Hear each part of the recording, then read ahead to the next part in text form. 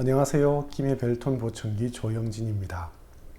시끄러운 환경에서 작업을 오래 했기 때문에 청력이 좋지 않아졌다면 산업재해 보상을 받을 수 있습니다. 산재 보상을 받을 수 있는 기준을 한번 알아볼까요? 네, 소음성 난청 산재 보상 안내입니다. 우선 기본 조건은 시끄러운 환경이어야 합니다. 그라인더를 사용하거나 차감기, 컴프레셔, 프레스, 용접, 기계 가공 등 시끄러운 환경에서 작업했다는 증명이 되어야 합니다. 그리고 3년 이상 노출되어야 합니다. 한 사업장에서 연속으로 3년을 근무하지 않아도 여러 사업장을 합산하여 총 3년 이상 소음에 노출되었다면 가능합니다. 소음의 기준은 85dB입니다.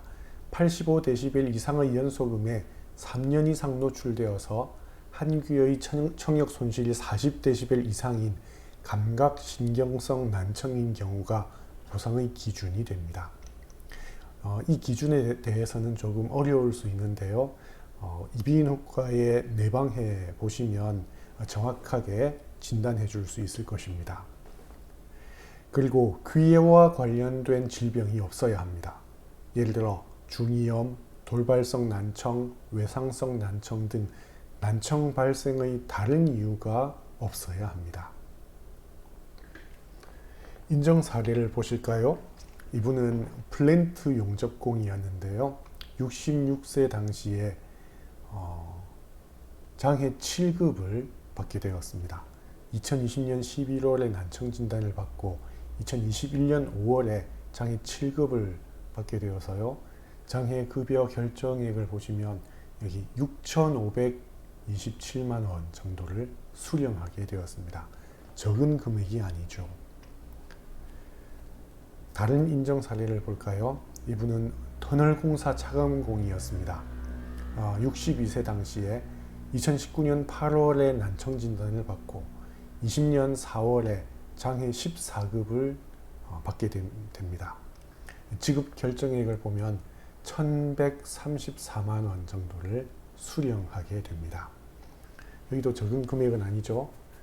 산재 인정 시 소음성 난청 보상 금액이 어떻게 되는지 정해놓은 표가 있습니다. 7급은 일시금으로 약 6,100만 원 정도를 수령하게 됩니다. 14급은 약 550만 원 정도를 일시금으로 수령하게 되죠. 이것은 평균 임금 10만 원을 기준으로 했을 때입니다. 그 당시에 기술이 좀 더 있어서 더 많은 임금을 받았다면 여기 나와 있는 표보다 조금 더 많이 수령할 수 있을 것입니다.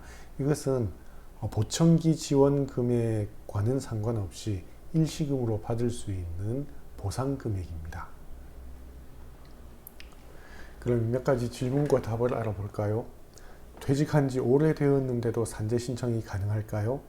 네, 오래전에 퇴직했더라도 과거 근무 당시 소음에 노출되었다면 산재 신청이 가능합니다. 나이가 많은데 산재 보상을 받을 수 있을까요? 네, 고령이라도 연령에 관계없이 소음 작업 환경에서 3년 이상 근무했다면 보상을 받으실 수 있습니다. 동사무소에서 급수를 받고 청각장애인 등록이 되어 있는데도 산재 신청이 가능할까요? 네, 가능합니다.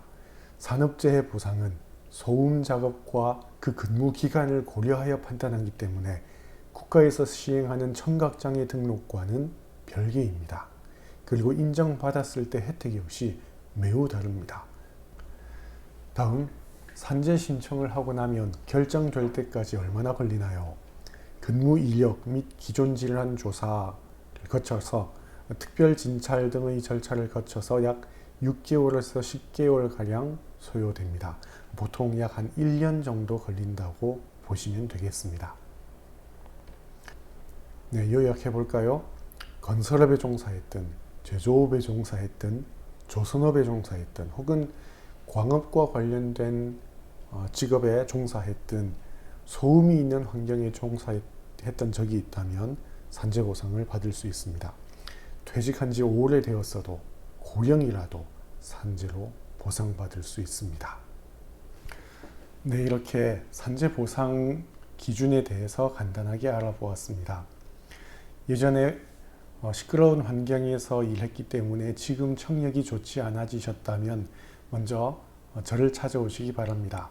저는 보청기에 관한 상담을 해드릴 수 있을 뿐만 아니라 산재 보상과 관련하여 도움을 줄 능력 있는 노무사들도 알고 있습니다.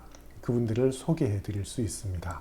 그렇게 해서 예전에 열심히 일했던 것에 대한 보상을 조금이나마 더 받으실 수 있기를 희망합니다. 고맙습니다.